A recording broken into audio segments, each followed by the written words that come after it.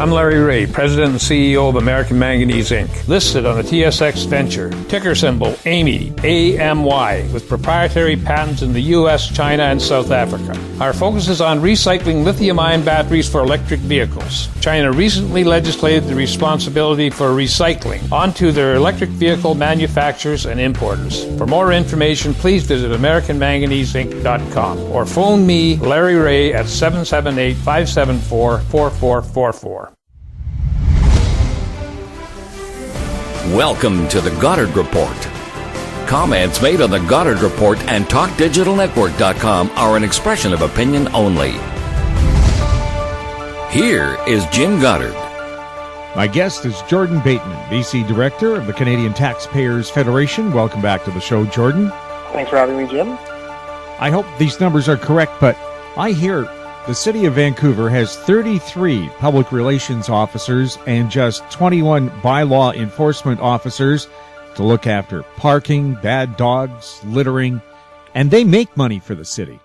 Why the imbalance? The imbalance is pretty clear. City of Vancouver, under Gregor Robertson and Vision Vancouver, has become more about communications and spin and ideology and politics than it is about the actual core infrastructure and key issues in the city. So, Vision Vancouver, it takes a lot of time and effort to make their administration actually seem palatable to the public. They've done such an abysmal job of running the city that they need all of these communications officers running around. What's especially terrifying, too, is that all these communication officers are landing at a time when the media is cutting back again. We're seeing layoffs yet again from the Vancouver Sun Province 24 Hours newsroom, which means, the city has probably, twice as many or maybe three times as many communications officers as there are actual reporters who might do a story on the city of Vancouver. So very, it's a despicable waste of money, to be honest, by the city of Vancouver. Now compare that to the third largest city in the province of British Columbia, and that's Burnaby, where the mayor himself does all the public relations. Well, the mayor should be doing the public relations. Under the community charter and under the Vancouver charter, the mayor is the spokesperson for council. The council is the board of directors, the public-facing portion of the municipality. And that's why we have mayors to do this sort of thing. So you're right. I mean, 31 communications officers on top of, 11 councillors and a mayor in the city of Vancouver, all of whom should be doing media and the interaction with the public. It's plus, your senior managers, the CAO does some stuff. Just today they added a Rockefeller-funded resiliency officer, which just makes you want to roll your eyes out of your head. Vancouver loves to talk, loves to spin, and it's becoming more and more apparent that Vision Vancouver only cares about their ideology, doesn't care about actually running the city properly. Well, you'd think with 33 public relations officers, one of them could find the time to find the mayor to return my phone calls that started to him last August. Well, the mayor doesn't like tough questions. The mayor got asked in a scrum about, was it snow removal or his girlfriend's album? I forget what the issue specifically was, but lost it on a reporter. Gets sick and tired. Oh, it was the logo. That's right. It was the logo. It was the logo. He got sick and tired of talking about that issue. The mayor doesn't like answering questions, and this is the same mayor who, all wet-eyed, came before the public before the last election and apologized. No, we're going to do better. We're going to listen to you. And, listening has just turned into the same old from Gregor Robertson. And I'm hopeful that taxpayers in the city of Vancouver have tired of this guy's act and act accordingly in the next election. Well, if he wants to talk to me in person, the nearest bicycle path is less than a block away from where I live. So, but then he would actually have to maybe accidentally meet real people, Vancouver residents who actually, disagree with his point of view on something, and he'd have to articulate it. So maybe he'd need to bring a dozen or some communications officers with him to help spin that. Well, somebody has to hold his bicycle helmet while he talks. Yes, the mayor of Vancouver, over and over again, we see these issues cropping up, the natural gas ban, decreasing the size of floor floor space by increasing the size of walls, affordable housing, breaking his pledge on homelessness. We just see it over and over again. His blundering, his poor leadership skills, his poor communication skills, and he gets he gets away with it because he's got so many spin doctors covering his back and what I would call fellow travelers as far as his ideology goes. So, the people of Vancouver need to stand up and make their voice heard, and they'll have that opportunity, I guess, at the next election.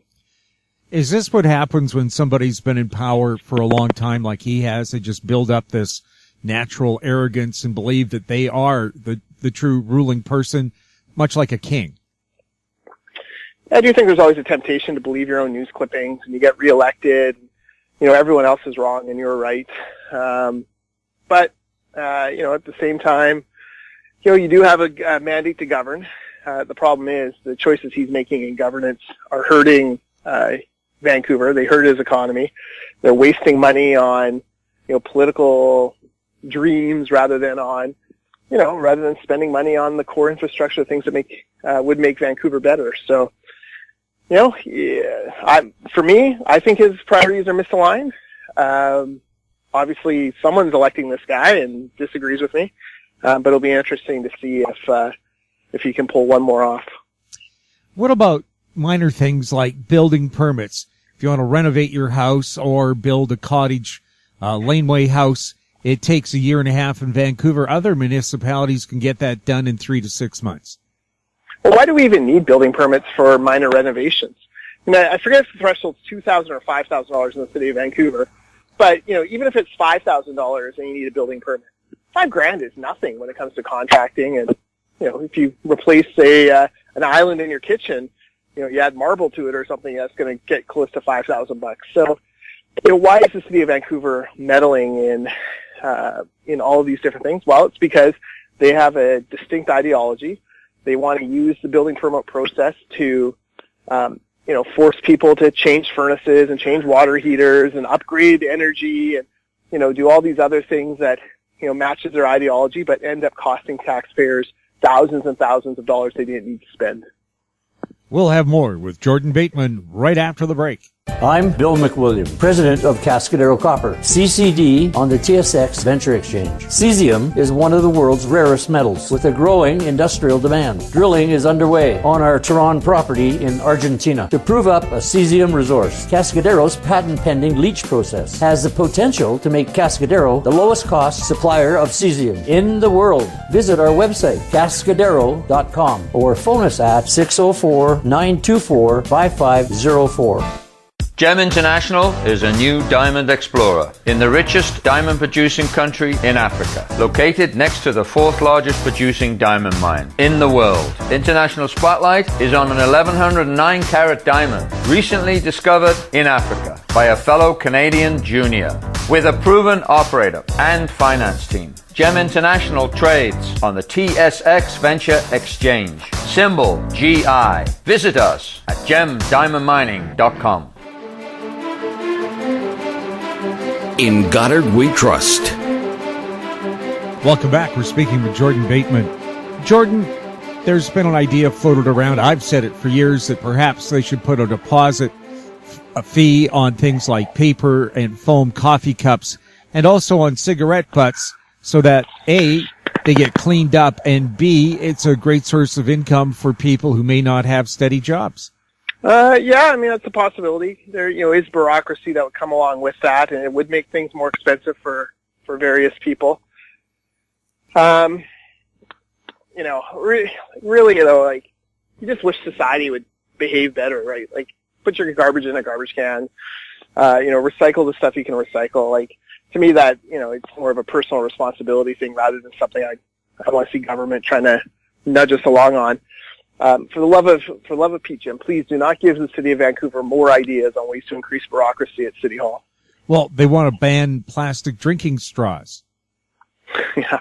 Having solved all the other problems, there was some councillor too I know has had a motion where they want to, not in Vancouver, but somewhere in the Lower Mainland, where they want to ban the stickers that go on fruit because they risk contaminating the compost stream. So we're getting down to like are we really legislating stickers off apples? Like, is this the kind of society we need to be in where every single thing we do has to be legislated down to the letter? I mean, to me, it's just crazy. I'm a big, less government is better government kind of guy. I think we've been too complacent in Canada about allowing the state to grow and about, giving them more and more power over our everyday lives when, I don't think they've ever proven they can be trusted with it. Well, we have the Trudeau government giving us nearly a $30 billion deficit, but how much more service am I going to get as an average Canadian for this higher bill, which will result somewhere in higher taxes? Yeah, it's frustrating. I mean, it'd be one argument if that $30 billion was actually going into physical hardware infrastructure. But the truth is only a small portion of it is going into actual infrastructure. The rest is going into this nonsense term they made up called social infrastructure, which is really just program spending. And it's a government that lives beyond its means, has no plan to balance the budget, has deficits planned to 2055, and is currently on pace to grow our debt from $600 billion to, $750 billion. Like, we're getting close to U.S. numbers if we're talking trillions. So, the Trudeau government has been abysmal money manager so far. They have no plan to balance. When they go to the people in 2019 is next federal election, they'll probably, try to give some sort of number about balancing the budget, but it won't be credible, and how will we ever believe it when they haven't bothered to keep their promises on fiscal issues so far? We'll have more with Jordan Bateman right after this. Bateman Resources Limited is a gold exploration company with significant projects in British Columbia, Saskatchewan, and the Yukon. Trading on the TSX Venture Exchange, symbol ABN, and the pink symbol ABN-AF. Surrounded by world-class gold deposits and mines, Bateman's 23,000 hectares Forest Kerr Gold Project is located in the heart of the Golden Triangle in northwestern BC. For more information, visit us at batemanresources.com. Welcome back. We're speaking with Jordan Bateman. Jordan, is it true Victoria is eyeing local gasoline tax like the one Vancouver area people have to pay for transit? Well, Victoria has a long-standing. Victoria already has a 3.5 cent a liter. I think it is 3.5 or 5.5. No, it's 3.5 cent a liter local transit tax. They've been wanting a 2 cent increase for many years. To the credit of the BC Liberals, they've kept saying no to them on that. And frankly, they should keep saying no to Victoria, as BC Transit, which is the agency that serves Victoria, has some really questionable fiscal problems. A CEO who's making almost $400,000 a year, too much equipment, too many drivers on call at various times. They don't need them. There was an audit done last year that showed millions of dollars worth of waste in BC Transit. So until they get that sorted out, frankly, Victoria taxpayers shouldn't give another nickel of taxes to that organization. What about Vancouver's plan to tax vacant homes at 1% of their value if they're vacant for a year? First of all, would it do anything, and is it just another intrusion into private lives? It's totally an intrusion into private lives. Like, we understand that there's a rental crisis. The way to get out of that rental crisis, though, is to build, or encourage builders to build more rental accommodation. The way not to do it is to go after people who may have very legitimate reasons for leaving their home empty. First of all, how do you prove a home is empty? Maybe I stuck in there in the middle of the night. Maybe I work shift work. Maybe you think my home is empty, but I'm just a quiet person or a recluse. You have no idea. So you're going to have bylaws and enforcement people working around the clock for long periods of time to prove something is actually empty. And then, where does it end? If these empty homes don't actually solve the rental crisis, the next logical extension is to force people to rent out empty rooms. What's the difference? If housing is now a social good that can be confiscated by the state, as Gregor Robertson seems to believe in Vancouver, why is, an empty room, an empty bedroom any different?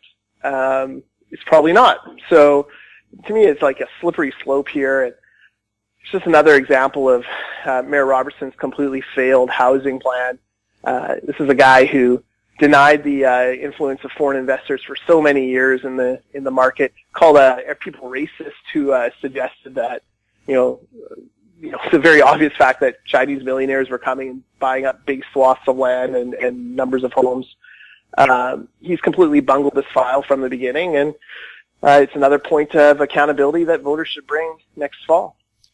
Well, this whole idea about renting out your home, I wouldn't do it. You've heard all the horror stories from Airbnb about people, stealing your TV, taking out your bathroom fixtures, selling those. I would not want a person in my home if I was away for a year, working someplace else like in Switzerland. Yeah, I mean, how do you manage it? How do you keep an eye on it? There's certain, there's a lot on landlords as far as legal obligations. Hey, rightfully so. There's a, Residential Tenancy Act they have to abide by. Those are all complicating factors. So, yeah, this is, it's just another sign of Gregor Robertson thinking he knows better than the rest of us do. And he tries to paint it into a wealth issue, right? Like, it's wealthy people who don't need these houses. Well, sometimes people leave a home for a period of time because they're caring for a sick relative, or they've gone back to school, or they're on lucky enough to be on a sabbatical somewhere. It's very legitimate. Or sometimes homes are caught up in escrow because of a death in the family, or because of a battle over a will. Like, there's very legitimate reasons often for these homes to be empty. Frankly, I believe in private property rights, and if you've shelled out the money to buy that property, you should be allowed to use it in the way that you see fit, unless you're, willfully hurting a neighbor. That is not the case if you're leaving a home empty.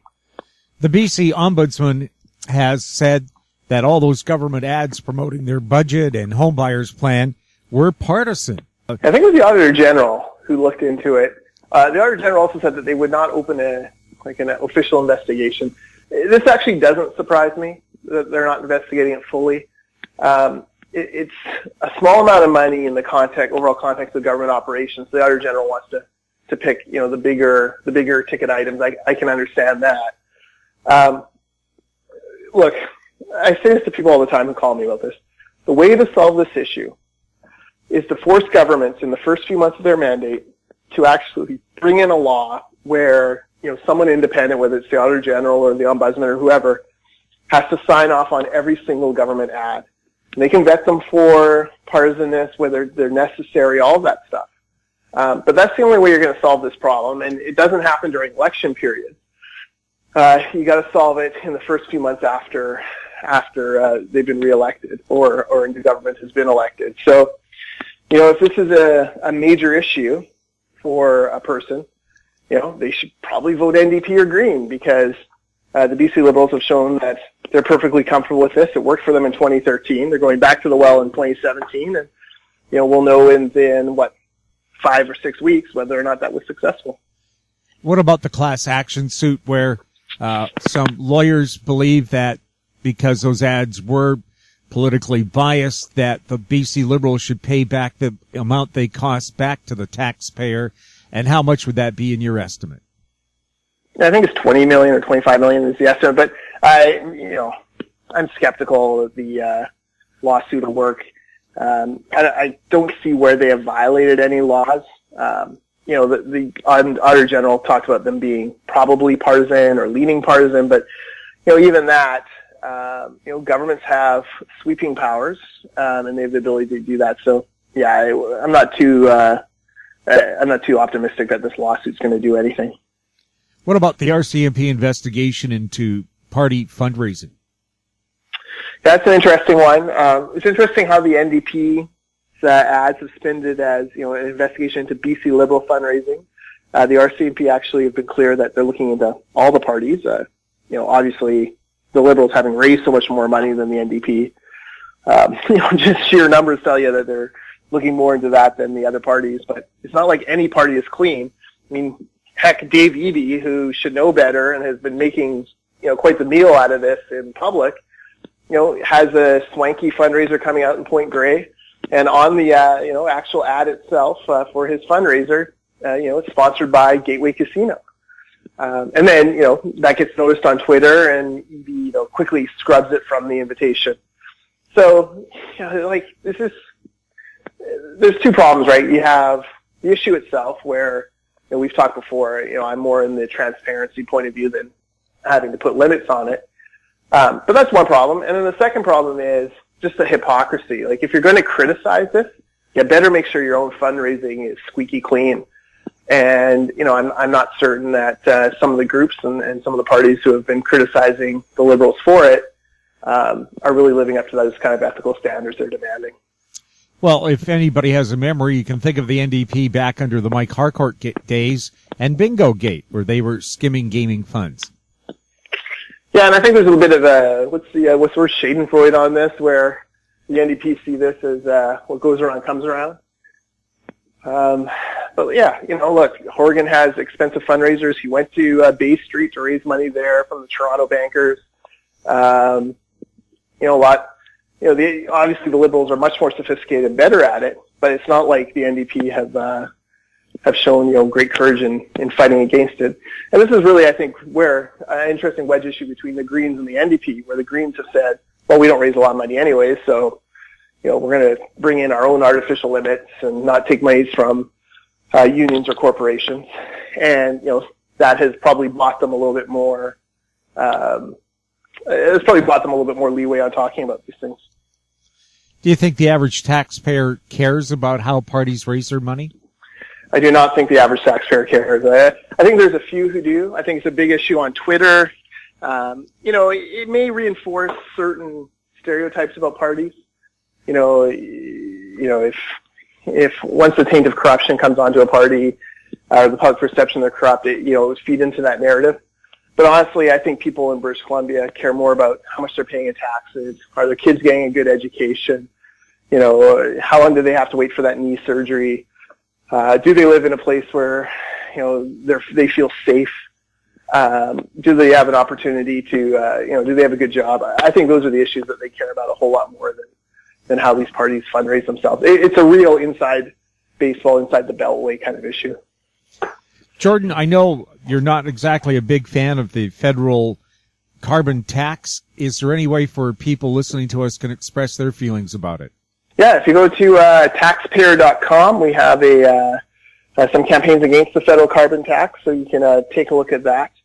There's a petition right on our front page that people can sign, and we're working on it province by province. It's a little bit tougher in BC because we've had it for a few years. But we're trying to head it off in Alberta. We've certainly been standing with Bradwell and Saskatchewan against it. Manitoba, there's some hope that we can hold them off. Ontario, I think, is going to see a major election change or a change in the next election. That may open up the opportunity to push back on carbon taxes. So there's some possibilities out there. We're just trying to take it and take the fight to them wherever we can. Well, perhaps in Ontario they'll pay more attention to it when they're paying $1.42 a liter for gas, like we do in Vancouver. Yeah, it's crazy. And then you have Andrew Weaver coming out and saying, no, forget Trudeau's $50 a ton. I want $70 a ton. Which would more than double the carbon tax we pay. So add another 9 cents a liter in carbon tax and GST to it. If he got his way, you just wonder. Sometimes I think these politicians and these carbon taxers live in a completely different universe than I do, or in a different universe than the people who are struggling to pay their bills do. And Martin Brown actually has a piece in the Georgia Straight. Brown's just gone. BC Liberals who worked with Brown, and just had to deal with him day to day when he ran the Campbell administration, must just think he's fallen and banged his head or something. It's like a completely different guy. But he talks today about how he's perfectly fine with higher carbon taxes, and he likes Weaver's plan, and he doesn't mind $2 a liter gasoline. But he does add the caveat that maybe at $2 a liter, maybe some other people would like it as much as he does. So, these retired deputy ministers who walked out the door with massive pensions from the taxpayer, happy to pay their $2 a liter in gas tax or gas prices. The rest of us, we don't have the same kind of financial options. I wonder if he'd feel the same if he made $30,000 a year. Yeah, I wonder if he'd feel the same if he was scrimping and saving, working a couple of jobs, trying to put every penny aside he could to send the kid through school, having to sacrifice, having to choose sometimes, between heating and eating, which is an energy poverty issue that we're going to see more of in the coming years. I think he would talk a lot differently. Well, Ontario did see that energy crisis where people literally were freezing to death in their homes. Yeah, and that could happen here. BC Hydro continues to see rates increase. You have idiots like Gregor Robertson, and, not to name call, but this is the most idiotic idea of all, banning natural gas, a clean burning fuel, from heating homes. You have someone like Gregor Robertson banning that, which is going to add $1,200 a year to heating costs for people in Vancouver. I mean, there's going to come a day where energy poverty is going to be two words in the BC lexicon that we use all the time. And it's because of overtaxation, overregulation, and frankly, politicians who put ideology ahead of what was good for their people. And I think that's an idiotic thing to do, and it's why the Canadian Taxpayers Federation exists and why we're going to fight them every step of the way. Jordan, thank you so much for chatting with us. Thanks, Jim. My guest has been Jordan Bateman, BC Director of the Canadian Taxpayers Federation. His website, taxpayer.com. You're listening to the Goddard Report on TalkDigitalNetwork.com. Find us on Twitter at TalkDigitalNet. Our popular YouTube channel is Talk Digital Network. Questions for the show or for any of our guests can be emailed to info@HowStreet.com. I'm Jim Goddard. Thanks for listening. Comments made on the Goddard Report and TalkDigitalNetwork.com are an expression of opinion only. The Goddard Report is available online and mobile at TalkDigitalNetwork.com. The Goddard Report is a production of How Street Media Incorporated.